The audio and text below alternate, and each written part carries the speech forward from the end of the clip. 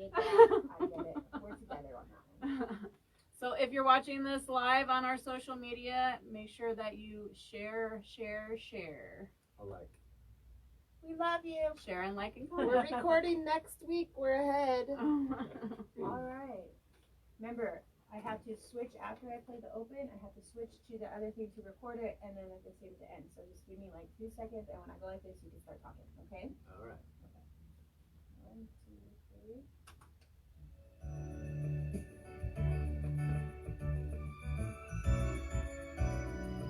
Welcome to Fight for Life, a pro-life radio show discussing the Ministry of First Choice Pregnancy Services here in Las Vegas. I'm Deborah, board member and executive director of First Choice Pregnancy Services. And I'm Jessica, logistics specialist at First Choice Pregnancy Services. We are ambassadors for the unborn. Welcome to the show.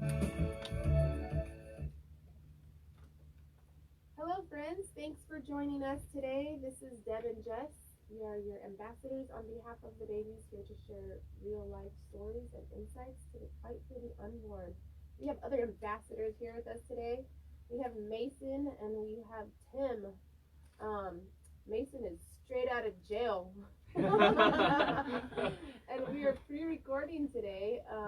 This is going to be next week's broadcast, so we don't have any weekly stats today for Jess to give you, since we're recording in advance. So we are going to dive right into our conversation today. Mason, if you guys follow Pro-Life Spiderman, he went and climbed the spear here in Las Vegas yesterday. I said it was one of the best shows the spears ever had, and that it was productive in advancing the cause of the unborn. So I just had to aim higher than you two. Yeah. That's the only goal. You had to crawl on top of him. Yeah. So Mason got arrested for that afterwards, him and several other of the folks that were out there with him, and he just got out of jail, and so he's here to share what happened with folk, and we're just going to talk about what happened, and then we're going to have a little conversation on abortion and the babies. Yeah, I guess to start out, I should describe why I do it. And, I climb these skyscrapers to raise money for an organization called Let Them Live. And we provide rent and financial assistance as well as job counseling to women in crisis pregnancy. And so the idea behind it is it generates so much media attention that it's impossible to ignore. So we get to hijack this media attention, talk about the pro-life cause, talk about why abortion is bad, and raise money for these women who need it, which is always fun. But yeah, yesterday was a crazy day. We got there and everything went smoothly. I climbed to the top, and my plan was to climb down, but when I got up there, there were all of these workers and police officers waiting there on the inside, and they told me that you need to come with us. We're gonna take off one of these bars that are on here, and you're gonna come through this hole we're gonna make for you. And I didn't want to do it, right, because I knew they were gonna try to charge me with something extra. I wanted to climb down, but I was listening to them because the police officers were there. Well, come to find out, they got me down. They detained me for over 2 hours before they arrested me. They wouldn't tell me why they were arresting me because, funny enough, it's not illegal to climb a skyscraper. Finally, they invented a charge, and they said that those 2 bolts that they pulled out, mind you, they put them right back, and everything was fine. They said that was over $100,000 in damages to their building. So when they couldn't find a crime that I committed, they invented one. All of my friends who were on the ground, they ended up arresting them. They are still in jail right now. They gave them the charge of conspiracy, which for anyone who doesn't know, conspiracy is a crime that the government uses to put people that they don't like their agenda. They put them away under this idea of, oh, they conspired to do a crime. But no one ever goes to a bank and doesn't conspire to rob it. They don't show up to a bank and say, oh, I'm going to rob this right now. This is easy peasy. They show up there and, they always have a plan. And so they tried to say that my friends who were on the ground handing out flyers were a part of this conspiracy, which is just simply not true. There was no conspiring. Especially with the conspiracy they're charging you with. They're saying that you conspired to vandalize, basically. Yeah. And there was no conspiracy to vandalize. There was no conspiracy on your part. Mm-hmm. We had the route picked out, Mm-hmm. being careful, and we weren't doing anything but just filming. Yeah. And there was no damage done, right? There was no damage done. It was a harmless stunt, and then they they threw me in jail, and I immediately went and got a bail bondsman because it was funny because the only number I had written on my arm was my friend AJ, and then I get into jail and he's there too. So I'm like, who do I call? They took my phone. You should have called us. Yeah, they took my phone as evidence. So I had no phone, no anything. So I And called. you still have no phone. Still have no phone to this day. So they didn't give you your property back when they released Nope, they took all of They're my holding stuff. it as evidence. I have my credit cards and debit cards and my chalk backs, which apparently were not evidence. But they held me in there. Immediately I went and got a bail bondsman. Had the bond paid. I'm ready to go. They put me in the room where they're going to release me. And then what they do is they see that I had paid my bond and I'm about to get out. So they slapped on another charge at 9 o'clock at night, didn't tell me, threw me in another room until this morning, and luckily a pro-life police officer came over and said, hey, dude, I don't know if you know this, but they gave you another charge. You might What want was to. the other charge they gave you? My second charge, I have it right here. It's for disregard for safety of person or property, which is also not true. I mean, they're going to try to slap anything on me that they can. When we have a DA and sadly a governor that is pro-abortion, they can do basically whatever they want until my lawyers step Wait, in. let me get it right. Disregard for safety of property? I don't know what that is. I Yeah. have to look it up. I've never heard of that. So my charges altogether are felony, destruction of property of another, and gross misdemeanor, conspiracy to destroy personal property. So it is way off on this whole thing. yeah, There wasn't a single light bulb that was broken. So Like- are those all the charges, or did some get different charges than you got? well, David did. David got different charges. They tried to say he was recklessly flying a drone, which I don't know if I can talk about that for David, just for legal reasons, but I'll say I didn't see any reckless flying, and I don't know who was flying the drone. But they also gave everybody else destruction of property, the felony charge, along with conspiracy. So people who weren't even touching the building, who are on the sidewalk handing out flyers, have felony charges right now and are sitting in jail. And we'll probably be held till after the Super Bowl, right? Hopefully not. Our goal is to figure out how to get their bail paid for and get them out today, but we'll see how that goes. I think their court should be happening soon. And immediately after this, we're going straight to calling lawyers and figuring out how to get them released. Give us the update on the Yeah. fundraiser. Yeah, so that was the most awesome thing, because when you climb a skyscraper, you have all of the stress of the climb, but you get to the top and it's this weight off your shoulders. Okay, it's over, right? The anticipation is done. But then they throw you in jail, and the whole time you're there, you're thinking in your head, like, okay, did we raise the money to help this woman? Did we raise the money to help this woman? And my fear is that I'm going to do all this, get out of jail, and then the story is stifled, and we raised like $1,000, which is not enough, right? What was the goal? The goal was $25,000, and we found that we went over it. And who were we raising it for? We were raising it for a mother named Isabel.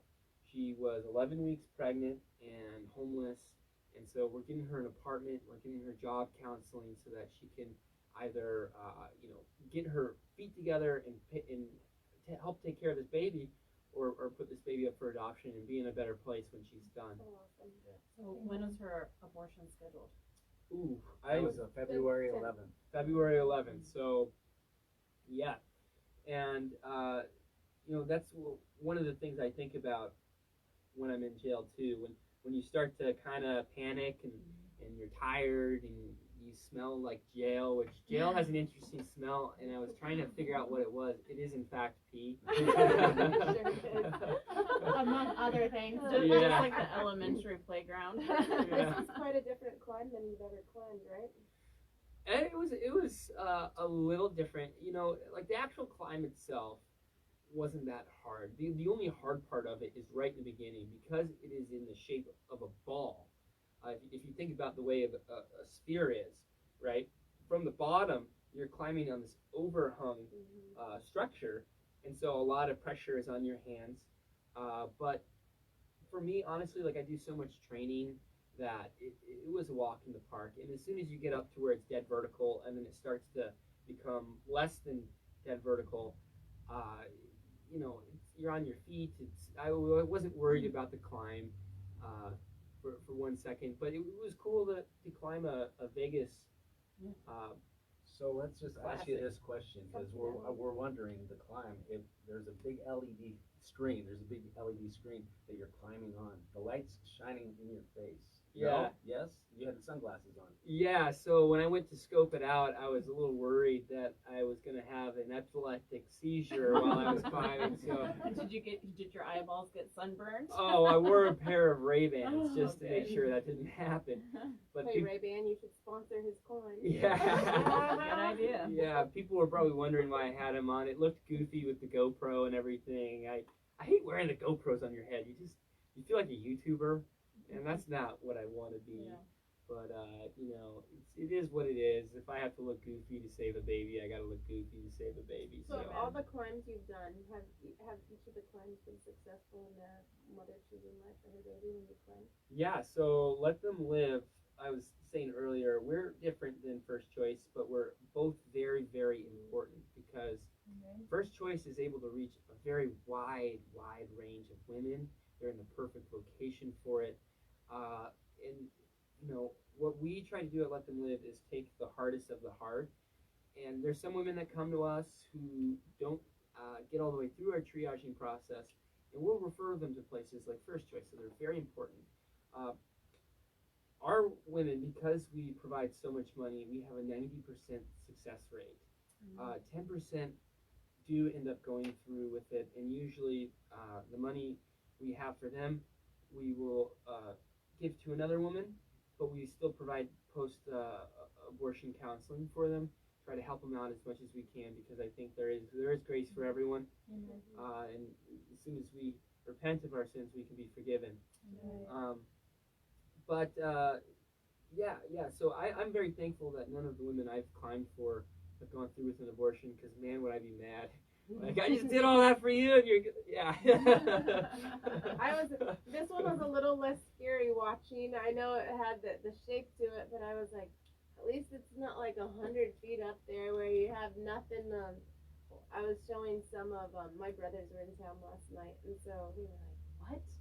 And so they were watching some of your climbs on your YouTube channel, and they were just like, oh my goodness, with no rope. And I said, yeah, those ones look really scary compared to the sphere. Yeah. The Sphere was cool though, because I don't know. I look at Vegas and I love the city, and we we have a tradition of like racing cars. Like the Mid 400 used to start on Fremont Street. When Caesar's Palace opened, you had Evel Knievel jumping the fountain, and so I was getting those kind of vibes going into this. Like could be a really classic Vegas event. Wow. So yeah, it's cool to do one at home. And I just thought it was cool too, though. Just in that, you know, abortion is up 50% in the state of Nevada, and you were able to bring attention to abortion and that aspect of it when it's something that is on the rise here in our state at a time where we have so many tourists in town. Had a very large audience. yeah.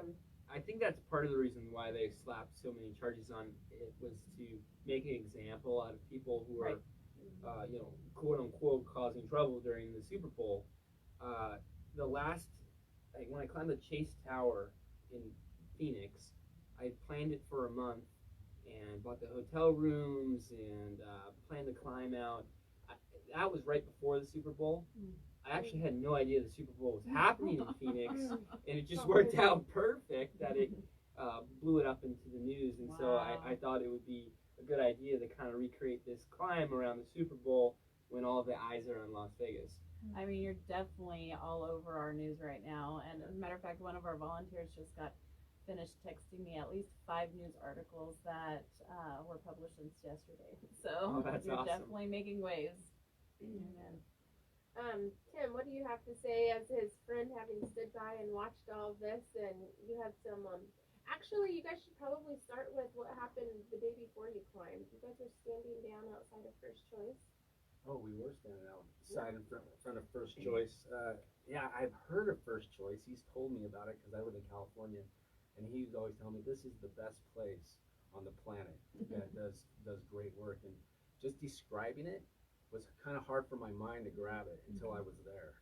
And even Grace, she's out there, and she was telling me about it. She's telling me she goes down there weekly, and just telling me that she's discouraged and encouraged at the same time. Discouraged because there's not enough saints out there doing the work. And when you get down there, you see why.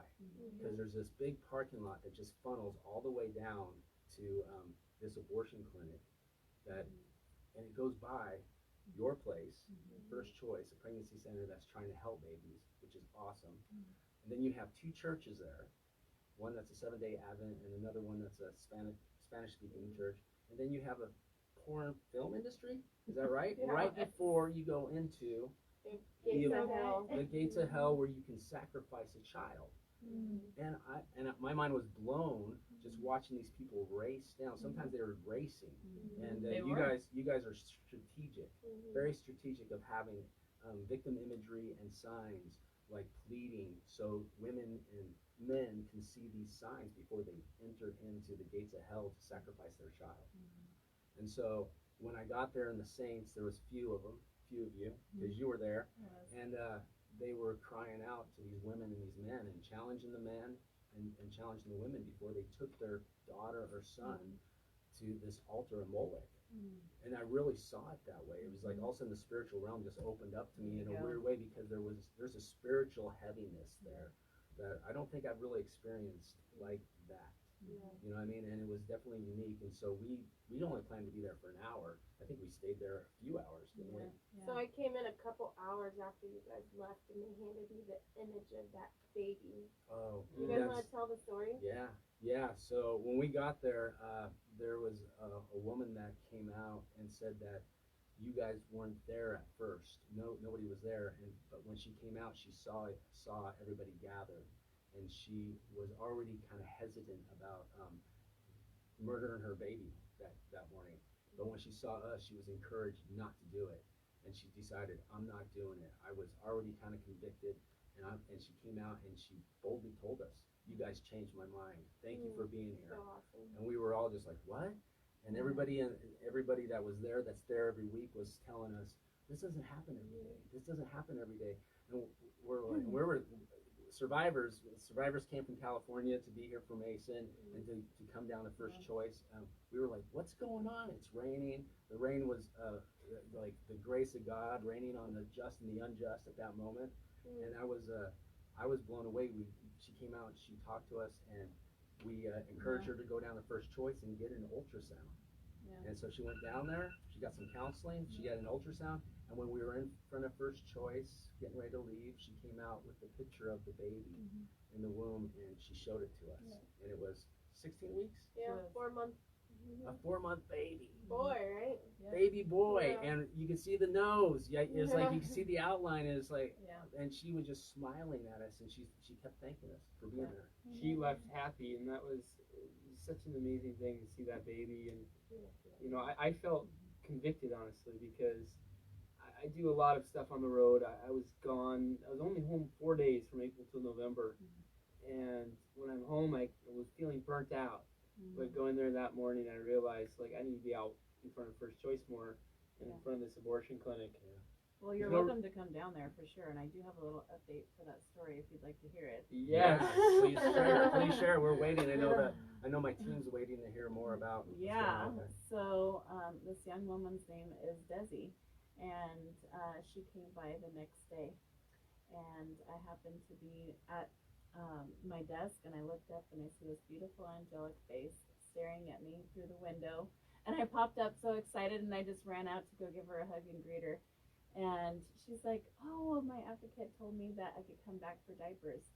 So she ended up coming back. She got diapers, she got some more material items, clothing and whatnot that she needed for the new baby as well as for her 1-year-old baby.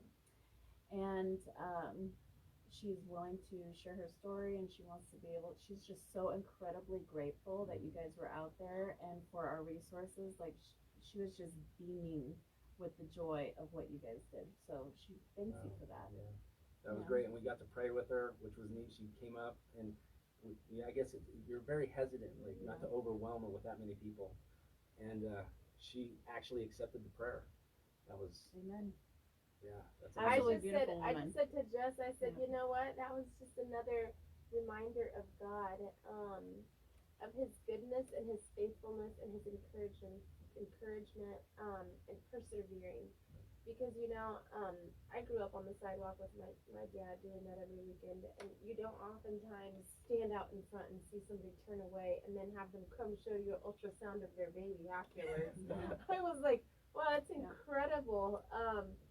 That you guys were able to experience that down there, and for other people to see the impact that can be made when God's people stand out there. That lady just needed to see some people. And so thank you guys for being down there. It was really awesome. It was a nice story and photo to walk into when I walked in on Tuesday. Yeah, can I really just encourage your listeners, the church, if you're hesitant of going out and doing something, go and join First Choice. Go down there and be involved. You don't have to do anything at first. Just go down there and pray and watch, and you will be convicted, and God will move in your heart to actually become bold and help you to actually find your place in the movement, the pro-life movement. We need more saints involved. We just need more people to get involved, and if He's calling you to get involved, take a step of faith. Put feet to your faith, and come be involved, and you'll see you will experience God's kingdom in a different way. Amen. You will. So because you go out there will be children alive on this earth that would have been murdered. And what I like to say is that anything you can do at all is the least that you can do. Anything you can do, it's the least that you can do when the consequences are just so grave.